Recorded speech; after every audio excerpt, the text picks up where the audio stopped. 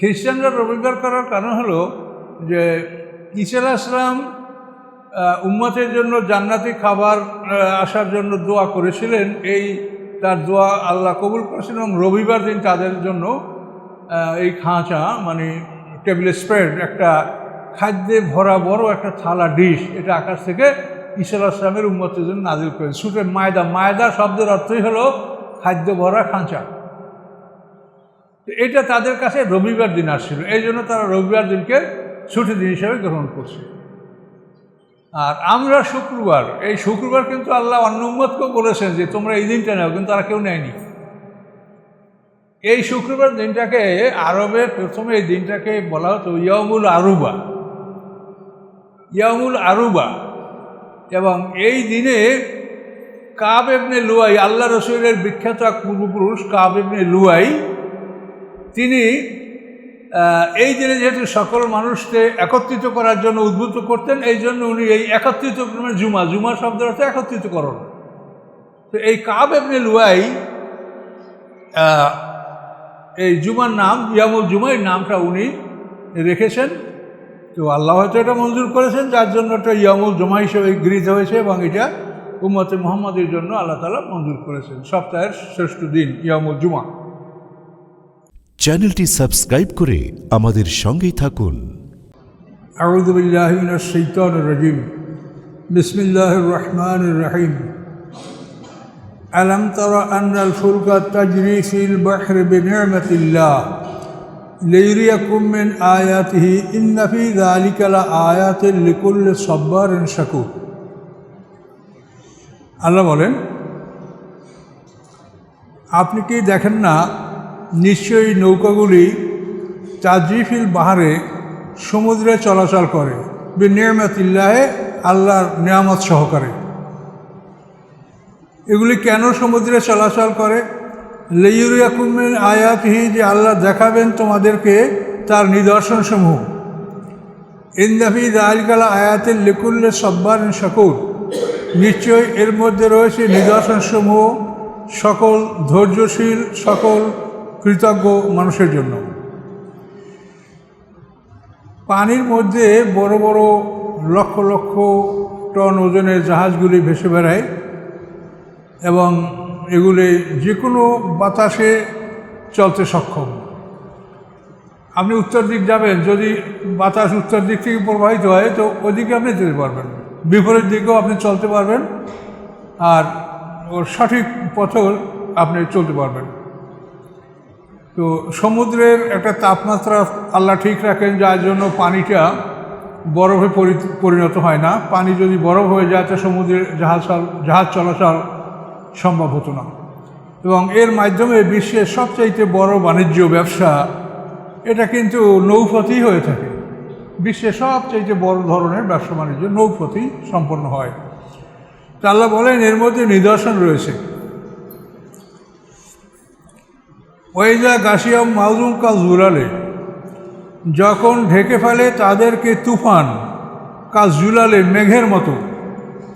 মানে বড় তুফানগুলো যখন আসে, তখন আমরা তো সমুদ্রের তীরবর্তী এলাকা, কোস্টাল এরিয়ার মানুষ, তো আমরা দেখেছি যে সমুদ্রে বা বড় নদীতে যখন ঝড় ওঠে তখন তুফানগুলি মনে হয় যেন মেঘের সাথে মিলে গেছে, এত উঁচু মনে হয়।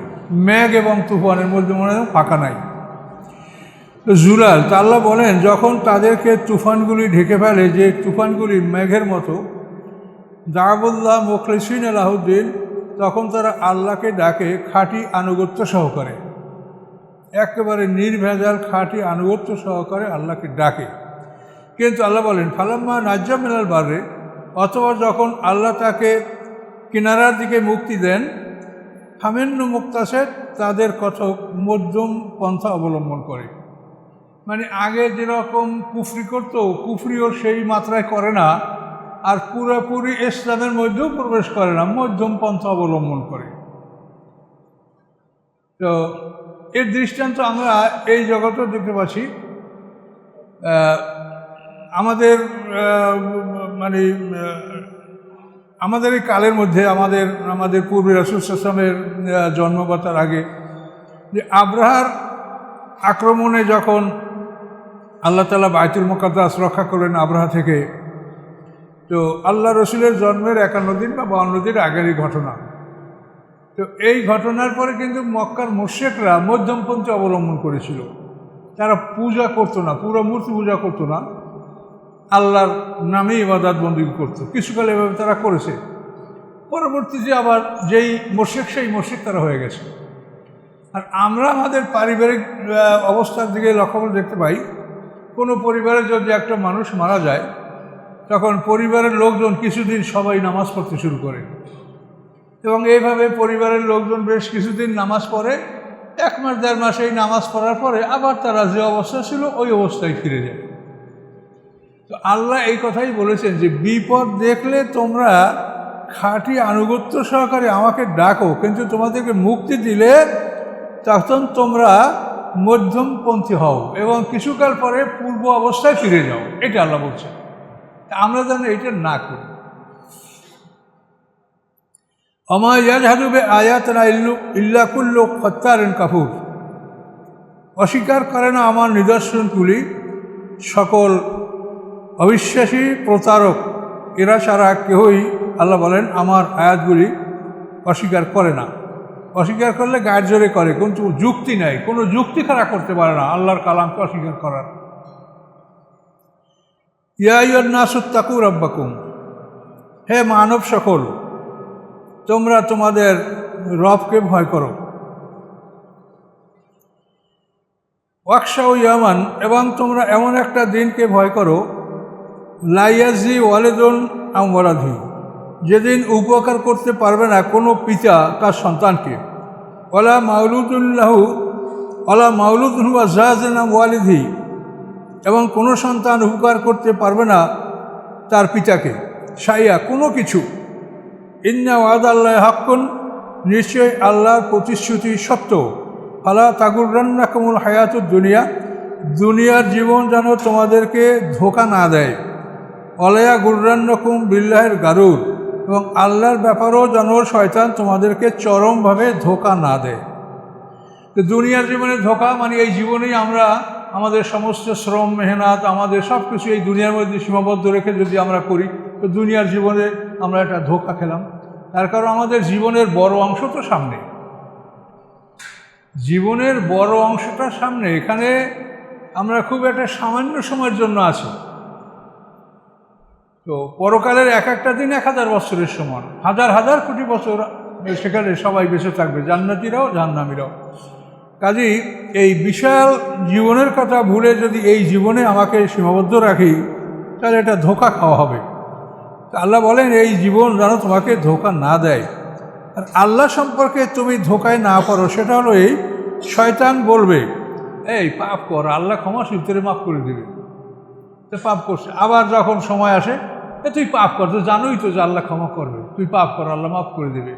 এইভাবে তারা শয়তান এইভাবে বড় বড় বড় ভালো ভালো মানুষকেও পাপের মধ্যে লিপ্ত করেছে। এরকম ইতিহাস তাফসীরের মধ্যে আছে। এই যে বর্ষিসা দরবেশ সম্পর্কে সূরা হাশরের মধ্যে কাহিনী আছে, সেখানেও এভাবে বলা আছে যে বর্ষিসা 70 বছর পর্যন্ত আল্লাহর ইবাদত করেছে, কিন্তু এমন একটা পরিস্থিতিতে সে গেল যে শেষ পর্যন্ত সে জিনায় লিপ্ত হলো এবং তার জীবন কুফরি অবস্থায় তার মৃত্যু হলো। শুধু শয়তানের পরামর্শ সব, তুই অন্যায় কর, সুযোগ সারবি কেন, তোরে আল্লাহ মাফ করবে। এটা আল্লাহর ব্যাপারে ধোঁকা। আল্লাহ যেভাবে বলেছেন আপনি সেভাবেই আল্লাহর কাছে ক্ষমা পাবেন। যে কোনো মানুষ অপরাধ করে না বুঝে, যখন সে বুঝতে পারে তখন আল্লাহর কাছে নিকটতম সময়ের মধ্যে তওবা করে। আল্লাহ বলেন এদের তওবা আমি কবুল করি। এবং যারা অন্যায় করতে থাকে এভাবে করতে করতে যখন মৃত্যু এসে উপনীত হয় তখন বলে আমি তওবা করছি। আল্লাহ বলেন এদের তওবা আমি কবুল করি না। এটা কোরআনে স্পষ্ট বলা আছে এই কথাগুলো। কাজে এই জন্য কোরআনে যেভাবে আসে আপনি সেভাবেই চলার চেষ্টা করেন। কোরআনে নাই কেউ পরামর্শ দিল, আম পাবলিক আপনাকে কিছু বললো, বা ভিতরে আপনার মনের মধ্যে কিছু উদয় হলো শয়তানের পক্ষ থেকে, এগুলি আপনি মানলে ধ্বংস হবে। আইনে কি আছে সেভাবেই আপনাকে চলতে হবে।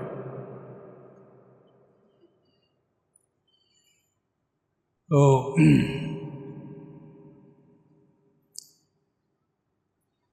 ইন্নাল্লাহ ইনদাহু ইলমুস সাআ, নিশ্চয়ই আল্লাহ তাআলা তারই নিকট কিয়ামতের জ্ঞান।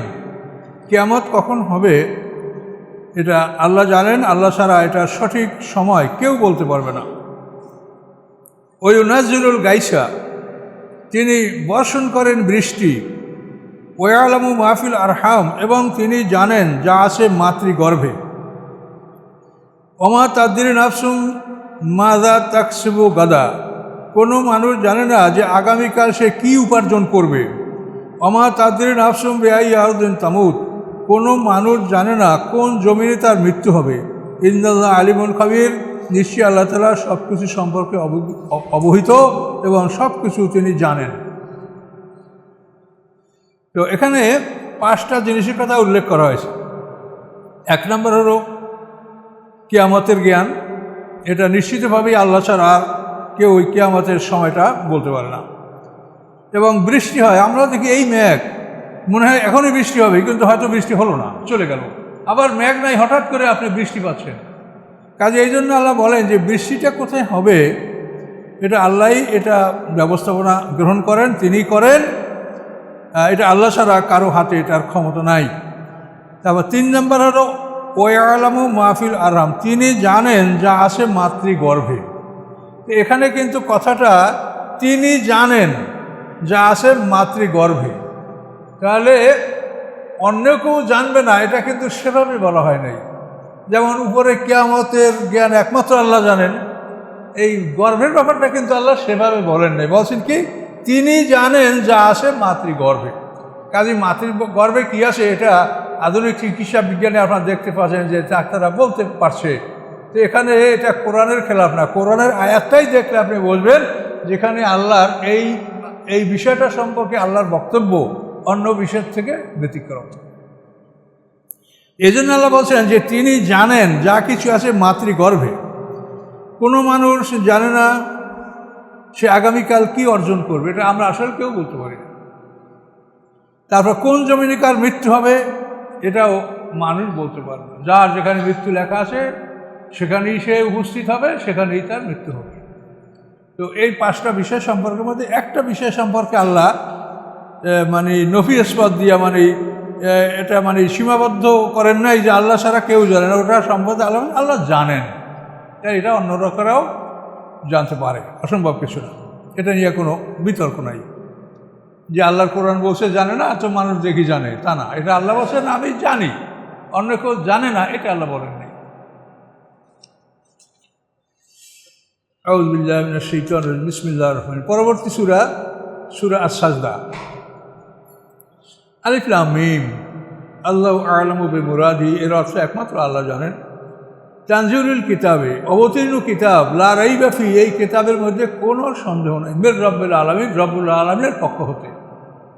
এই কিতাবের শুরুতে এই কথা বলেছেন, আবার এই সূরার মধ্যে আল্লাহ তাআলা বললেন যে রব্বুল আলামিনের পক্ষ থেকে এই কিতাব, এর মধ্যে কোনো সন্দেহ নাই। আম ইয়াকুলুনা ইফতারাহু, অথবা তারা বলে যে মুহাম্মদ সাল্লাল্লাহু আলাইহি ওয়াসাল্লাম এই কোরআন রচনা করেছে। আল্লাহ বলে যে না, তিনি রচনা করেননি। বাল হুয়াল হাক্কু মির রাব্বিকা, বরং এই কোরআন সত্য আপনার রবের পক্ষ থেকে। কেন? লিতুনজিরা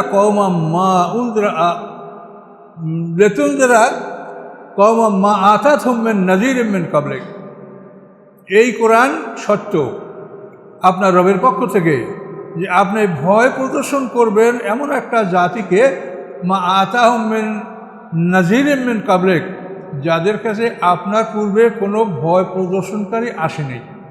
অর্থাৎ ঈসা আলাইহিস সালাম থেকে মুহাম্মদ সাল্লাল্লাহু আলাইহি ওয়াসাল্লাম পর্যন্ত প্রায় 600 বছর, এই সময়ের মধ্যে মুহাম্মদ সাল্লাল্লাহু আলাইহি ওয়াসাল্লাম ছাড়া আরব জাতির কাছে কোনো রাসূল আসেন নাই, এটা আল্লাহ বলছেন। মা আতাহুম মিন নাযীরিম মিন ক্বাবলিক, আপনার আগে এদের কাছে কোনো ভয় প্রদর্শনকারী আসেনি। তো আল্লাহ তাআলা আপনাকে পাঠাইছেন কেন? লাআল্লাহুম ইয়াহতাদুন, সম্ভবত তারা সৎপথ অবলম্বন করবে।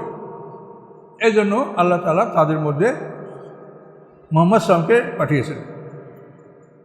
আল্লাহুল্লাযী খালাকাস সামাওয়াতি ওয়াল আরদা, আল্লাহ তিনি খালাকাস সামাওয়াতি ওয়াল আরদা, যিনি সৃষ্টি করেছেন সপ্ত আকাশ এবং সপ্ত জমিন। এই আরদা বলতেই কিন্তু 7 জমিন বুঝায়। তো আর্দা শব্দের এক বচন হলো উরায়দাতুন। তো আরবি ভাষায় একটা নিয়ম আছে, যে শব্দের এক বচনের তা থাকে ওই শব্দের তাটা ফেলে দিলে বহু বচন বোঝায়।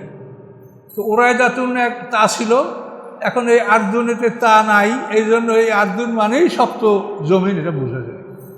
সাধারাতুন মানে বৃক্ষ, যদি আপনি তাটা ফেলে দেন সাধারণ, তাহলে অনেকগুলি বৃক্ষ। তো এই জন্য সপ্ত আকাশ খালাকাশ সামাওয়াতে এটা বহু বচন ব্যবহার করেছেন। ফল আর্দার শব্দটা যদিও আমরা দেখতে পাচ্ছি যে এক বচন, কিন্তু না, এটাও বহু বচন, যেহেতু এটার এক বচন ছিল উরায়দাতুন, সেখানে এটা গোল তা ছিল। অমা বাইনহুমা, এবং এই আকাশ পৃথিবীর মাঝে, উভয়ের মাঝে যা কিছু আছে তাও আল্লাহ সৃষ্টি করেছেন। ফি সিত্তাতি আইয়ামেন, 6 দিনে। রবি সোম 2 দিনে পৃথিবী, মঙ্গল বুধ 2 দিনে পৃথিবীর মধ্যে নদী, সমুদ্র, খনিজ সম্পদ, অন্য যা কিছু সব। রবি সোম মঙ্গল বুধ। বৃহস্পতি শুক্র এই 2 দিনে আকাশ, এবং আকাশের মধ্যে গ্রহ, নক্ষত্র, চন্দ্র, সূর্য। এই 6 দিনে আল্লাহ তাআলা আকাশ পৃথিবী সৃষ্টি করেছেন। অন্য জায়গায় এটা এভাবে বিস্তারিত কোরআনেই বলা আছে। তো সেখানে বলা আছে যে আমি 6 দিনে সৃষ্টি করেছি কেন? সাওয়াল্লে সাইরিন, যে সমস্ত প্রশ্নকারীদের জন্য একটা সমভাবে জবাব। জিজ্ঞাসা করবে কয় দিনে, আপনি যেই জিজ্ঞাসা করুক বলবেন 6 দিনে। এখানে অনেক তাফসীরকাররা বলেন 6 দিন মানে 6টা কাল, এটা ঠিক না। তার কারণ কালের ব্যাখ্যা কি, একটা কালে কতদিন, কাজে এই জন্য কাল না, আল্লাহ যেটা বলছেন 6 দিন, এই 6 দিনেই আল্লাহ সৃষ্টি করেছেন। কেউ কেউ মনে করেন যে সে সময় তো চন্দ্র সূর্য ছিল না, তার 6 দিন কেমন করে হলো? আল্লাহ বলছেন 6 দিন, সেখানে আল্লাহর জন্য কি সূর্য লাগবে নাকি দিন গণতে? কন আল্লাহ দিন বলবেন 6 দিন, আল্লাহর জন্য সূর্যের প্রয়োজন আছে? কাজগুলো বুঝতে হবে। আল্লাহ যেটা বলছেন ওইটাই। তিনি 6 দিনে আকাশ পৃথিবী সৃষ্টি করেছেন। 2 দিনে পৃথিবী, 2 দিনে পৃথিবীর মধ্যে নদী, সমুদ্র, খনিজ সম্পদ সব কিছু, এবং অবশিষ্ট 2 দিনে আকাশ, চন্দ্র, সূর্য, গ্রহ, নক্ষত্র, এই সব কিছু। এবং এভাবে আল্লাহ তাআলা রবিবার শুরু করে শুক্রবার শেষ করেছেন। শনিবার দিন আল্লাহ কিছু করেননি। এই অজুহাতে ইহুদিরা মনে করে যে শনিবার দিন আল্লাহ অবসর যাপন করেছেন, তিনি কিছু করেননি, তো আমরাও শনিবার আমাদের সপ্তাহের ছুটির দিন আমরা গ্রহণ করব। এই জন্য ইহুদিরা ইয়ামুস সাব্ত, রবিবার তারা সপ্তাহের ছুটির দিন হিসেবে গ্রহণ করছে। আর রবিবার তো না, শনিবার, ইহুদিরা শনিবার তাদের এই ছুটির দিন তারা গ্রহণ করেছে। আর খ্রিস্টানরা করছে রবিবার। খ্রিস্টানরা রবিবার করার কারণ হলো যে ঈসা আলাইহিস সালাম উম্মতের জন্য জান্নাতি খাবার আসার জন্য দোয়া করেছিলেন। এই তার দোয়া আল্লাহ কবুল করেছেন, এবং রবিবার দিন তাদের জন্য এই খাঁচা মানে টেবিল স্প্রেড, একটা খাদ্যে ভরা বড় একটা থালা ডিশ, এটা আকাশ থেকে ঈসা আলাইহিস সালামের উম্মতের জন্য নাজিল করেন। সূরা মায়দা, মায়দা শব্দের অর্থই হলো খাদ্য ভরা খাঁচা। এটা তাদের কাছে রবিবার দিন আসছিল, এই জন্য তারা রবিবার দিনকে ছুটির দিন হিসেবে গ্রহণ করছে। আর আমরা শুক্রবার, এই শুক্রবার কিন্তু আল্লাহ অন্য উম্মতকেও বলেছেন যে তোমরা এই দিনটা নাও, কিন্তু তারা কেউ নেয়নি। এই শুক্রবার দিনটাকে আরবে প্রথমে এই দিনটাকে বলা হতো ইয়াউমুল আরুবা, ইয়াউমুল আরুবা। এবং এই দিনে কাব ইবনে লুয়াই, আল্লাহ রসুলের বিখ্যাত এক পূর্বপুরুষ কাব ইবনে লুয়াই, তিনি এই দিনে যেহেতু সকল মানুষকে একত্রিত করার জন্য উদ্বুদ্ধ করতেন, এই জন্য উনি এই একত্রিত জুমা, জুমা শব্দের অর্থ একত্রিতকরণ। তো এই কাব ইবনে লুয়াই এই জুমার নাম ইয়ামুল জুমা, এই নামটা উনি রেখেছেন। তো আল্লাহ হয়তো এটা মঞ্জুর করেছেন, যার জন্য এটা ইয়ামুল জুমা হিসেবে গৃহীত হয়েছে, এবং এটা উম্মতে মুহাম্মাদের জন্য আল্লাহ তাআলা মঞ্জুর করেছেন সপ্তাহের শ্রেষ্ঠ দিন ইয়ামুল জুমা। তো আসুন আমরা আগাই। আমি চাচ্ছি যে দ্রুত যাতে আমরা কোরআনের তর্জমা আগায় যেতে পারি, এই জন্য খুব বেশি ব্যাখ্যা করছি না। সিত্তাতে আইয়াম, 6 দিনে। সুম্মা ইস্তাওয়া আল আরশ, এরপর তিনি আরশে সমাসীন হয়েছেন। তার যেভাবে আসন গ্রহণ করা প্রয়োজন সেভাবেই হয়েছে, এর কোনো বিবরণ আমরা দিব না, দিতে পারবো না, এবং বিবরণ করতে চাবেন না, এটা হলে বেয়াদবি হবে। মা লাকুম মিন দুনি মিন ওয়ালি ওয়ালা শাফি, নাই তোমাদের জন্য আল্লাহর মোকাবেলায়, আল্লাহর পরিবর্তে কোনো অভিভাবক, না কোনো সুপারিশকারী। সুপারিশ আছে কিন্তু এটা আল্লাহর অনুমতিক্রমে হবে। যেমন আমরা এই নামাজের আগে এক ভাই আমাকে প্রশ্ন করছিল যে একটা হাদিস আছে লিকুল্লি উম্মাতিন দাওয়াতুম মুস্তাজাবাতুন, যে সকল নবীদের জন্য আল্লাহ তাআলা একটা দোয়া বাছাই করে নেওয়ার অধিকার দিয়েছেন, যে তোমার যে কোনো একটা দোয়া তুমি বলো, আমি তোমার জন্য কবুল করব। তো উম্মতরা তাদের মনমতো দোয়া নিয়েছেন, কিন্তু আমাদের রাসূল তিনি বলছেন যে আল্লাহ, আমি আপনার কাছে শাফাত দাবি করি, আপনি আমার জন্য শাফাত মঞ্জুর করেন। তা আল্লাহ বলছেন ঠিক আছে, আপনার জন্য আমি শাফাত মঞ্জুর করলাম। তো এখন আমাদের রাসূল আল্লাহর কাছ থেকে প্রার্থনা করে তিনি শাফাত এটা মঞ্জুর করে নিয়েছেন। কাজে আমাদের রাসূল শাফাত করবেন, এবং সর্বশ্রেষ্ঠ শাফাত তিনি করবেন মাকামে মাহমুদ। এই যে আমরা দোয়া করি ওয়াবাসু মাকামা মাহমুদান লিল্লাযী ওয়াত্তা, এই মাকামে মাহমুদ হলো সর্বশ্রেষ্ঠ প্রশংসিত স্থান, এই স্থানটা আল্লাহ রসুলের। এটার অর্থ হচ্ছে যে তার অনুরোধে আল্লাহ তাআলা বিচার কার্য শুরু করবেন। হাশরের ময়দানে সমস্ত মানুষ উপস্থিত হবে, সমস্ত মানুষ ক্লান্ত পরিশ্রান্ত থাকবে, সবাই হতাশা নিরাশায় ভুগবে। তখন একদল আশাবাদী মানুষ তারা চিন্তা করবে যে আমরা এখান থেকে কিভাবে মুক্তি পাব। তখন তারা প্রথম আদম আলাইহিস সালামে যাবে, তিনি অস্বীকার করবেন যে আমি এটা আল্লাহর কাছে বলতে পারবো না। এরপরে নূহ আলাইহিস সালামে যাবেন, তিনি বলবেন না, ইব্রাহিম আলাইহিস সালাম না, মূসা আলাইহিস সালাম না, ঈসা আলাইহিস সালাম না, সবাই প্রত্যাখ্যান যে আমরা এটার যোগ্য না। তো কে যোগ্য? শেষ পর্যন্ত ঈসা আলাইহিস সালাম বললেন এটার জন্য যোগ্য মুহাম্মদ রাসূলুল্লাহ সাল্লাল্লাহু আলাইহি ওয়াসাল্লাম, তোমরা তার কাছে যাও। তখন এই আশাবাদী মানুষেরা মুহাম্মদ সাল্লাল্লাহু আলাইহি ওয়াসাল্লামের কাছে আসবেন, তার কাছে বলবেন যে আল্লাহ বিচারটা শুরু করুক। তারপর যাকে যেখানে দেওয়ার তাকে দেখ, এই ময়দানে আমরা খুব অস্থির হয়ে আছি। তখন আমাদের রাসূল মুহাম্মদ সাল্লাল্লাহু আলাইহি ওয়াসাল্লাম আল্লাহর হুকুমে তিনি সেজদায় লুটে পড়বেন, এবং কি ভাষায় তিনি আল্লাহর কাছে প্রার্থনা করবেন আল্লাহ রাসূল বলেন যে সেই ভাষাটা আমি এখন বলতে পারি না। তারপরে আল্লাহ তাকে বলবেন, হে বন্ধু, হে রাসূল, মাথা তুলুন, কিষান বলুন, আপনাকে দেওয়া হবে। তখন আল্লাহ রাসূল বলবেন যে আল্লাহ আপনি বিচার শুরু করেন। এই প্রার্থনা মঞ্জুর করার পরেই আল্লাহ তাআলা বিচারের সিংহাসন নিয়ে মাঠে আওয়ার যে প্রস্তুতি, মানে প্রথম ফেরেশতা আসবে এক গুণ, তারপর আসবে দ্বিগুণ, তারপর হবে দ্বিগুণের দ্বিগুণ, এগুলো আপনাদের বলা হয়েছে। এইভাবে কিন্তু এই বিচার প্রক্রিয়াটা শুরু হবে আল্লাহ রাসূলের প্রার্থনার মাধ্যমে। এই জন্য এই মাকামে মাহমুদ, এই সম্মানিত স্থানটা তার।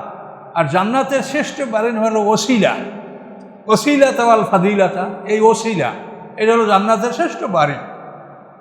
আর মাকামে মাহমুদ হলো প্রশংসার স্থান, যে স্থানের জন্য সবাই তাকে প্রশংসা করে, যে তিনি শাফাতের জন্য আল্লাহর কাছ থেকে এটা মঞ্জুর করিয়ে নিয়েছেন, যে বিচারের জন্য আল্লাহ হাজির হয়েছেন, এটা তারই প্রার্থনায় হয়েছে।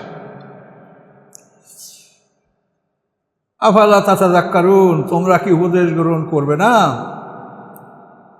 ইউদাব্বিরুল আমরা মিনাস সামাই ইলাল আরদ, ব্যবস্থাপনা গ্রহণ করেন সকল আদেশের, সকল কাজের, আকাশ থেকে পৃথিবী পর্যন্ত। সকল কাজের ব্যবস্থাপনা, আকাশ থেকে কিভাবে তার আদেশ পৃথিবীতে পৌঁছবে এর ব্যবস্থাপনা আল্লাহ তাআলা নবী রাসূলদের মাধ্যমে করেছেন। তারপরে অন্য কিছু প্রয়োজন হলে তা ফেরেশতাদের মাধ্যমে আল্লাহ তাআলা এটা করে থাকেন। তো আল্লাহ এই জন্য বলছেন যে আকাশ থেকে পৃথিবী পর্যন্ত যাবতীয় কর্মকাণ্ড, যাবতীয় ব্যবস্থাপনা, এটার দায়িত্ব আল্লাহর, এটা আল্লাহ করেন।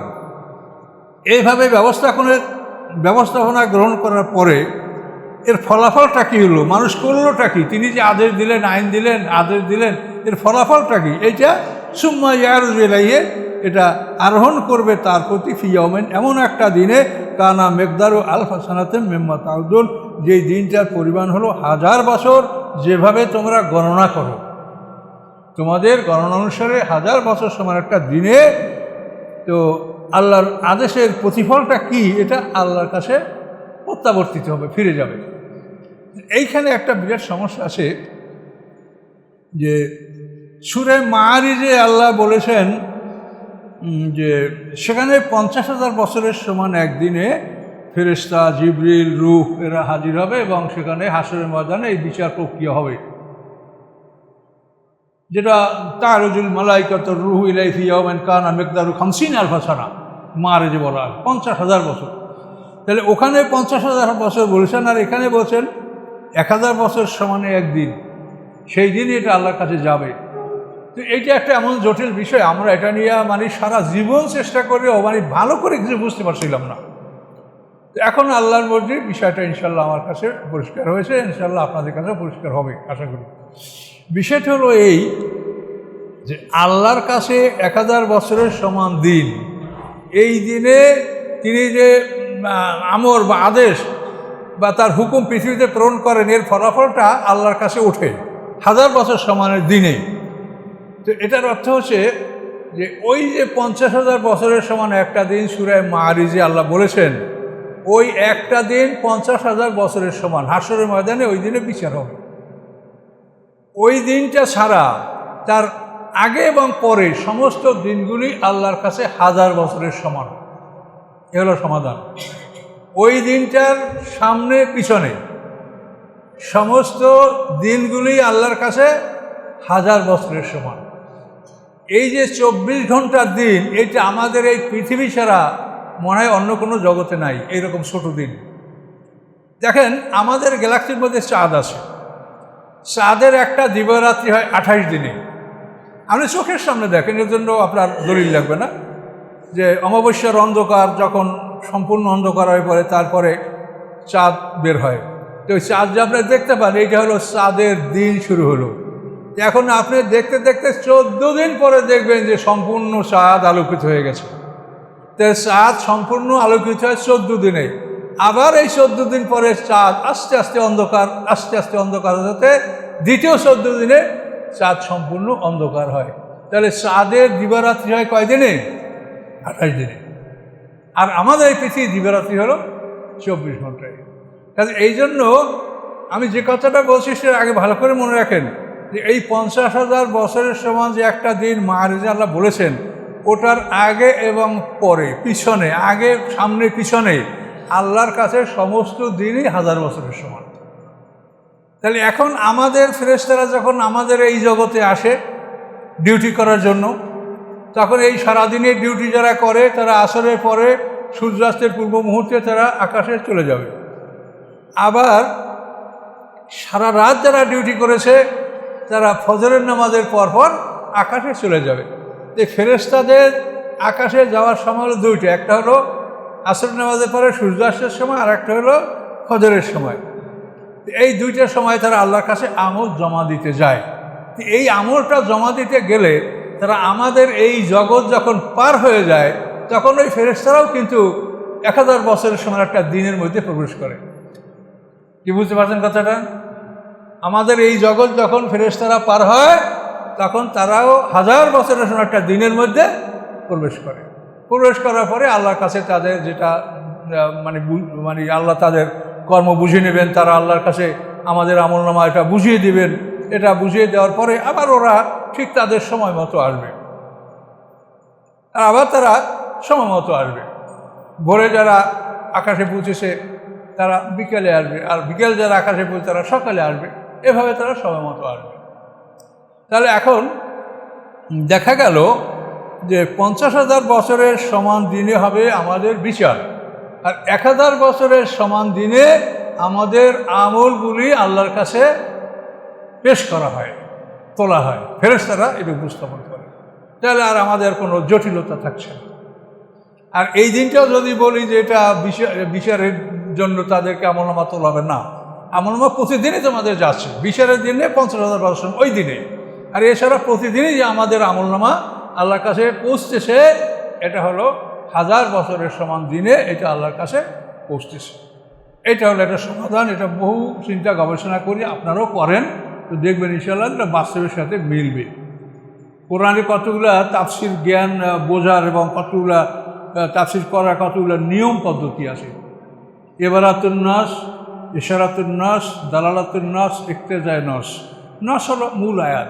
এই মূল আয়াতের এবারাত কি বলছে, তারপর ইশারাতুন নাস, এই নাসে কোন দিকে ইঙ্গিত করছে, দালালাতুন নস, এই আয়াত কোন দিকে আপনাকে পথ নির্দেশ করছে, ইক্তাজাই নস, এই নসের চাহিদা কি, এই সমস্ত বিষয়গুলি মাথায় রেখে বিবেচনায় রেখে আপনি কোরআনের তাফসিরের মধ্যে মাথা দেবেন। যারা তাফসির লেখছে তারাও মানুষ, হয়তো আমাদের সাথে তারা জ্ঞানী মানুষ, কিন্তু সবাই মানুষ। কাজে এই জন্য এসব বিষয়ে চিন্তা গবেষণা করলে আপনারাও একটা জিনিসের সমাধান পাবেন, আল্লাহ দিবে, এটা দেওয়ার মালিক আল্লাহ।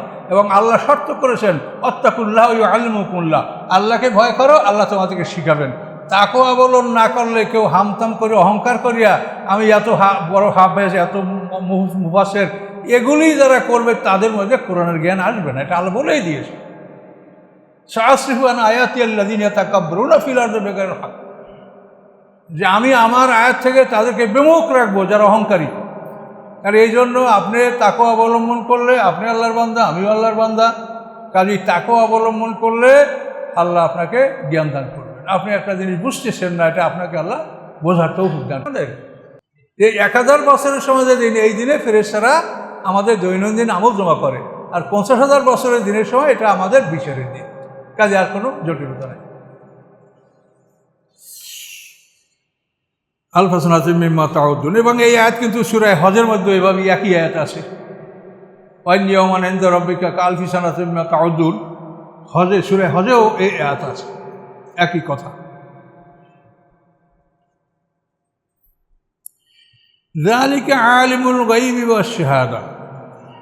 তো এই যা কিছু বলা হলো উপরে আল্লাহর কুদরত সম্পর্কে, তার কোরআন সম্পর্কে, কিতাব সম্পর্কে যে বলা হলো, তো আল্লাহ নিজেই বলছেন তার নিজের কথা, জালিকা ইহা, এই যা কিছু তোমরা শুনলে, এটা কার কথা? আলিমুল গায়ব, যিনি অদৃশ্য সম্পর্কে অবহিত, সমস্ত অদৃশ্য বস্তুগুলি তিনি জানেন। অশাহাদা, এবং দৃশ্য বস্তুগুলিও তিনি জানেন। তার কাছে দৃশ্য অদৃশ্য দুটোই সমান।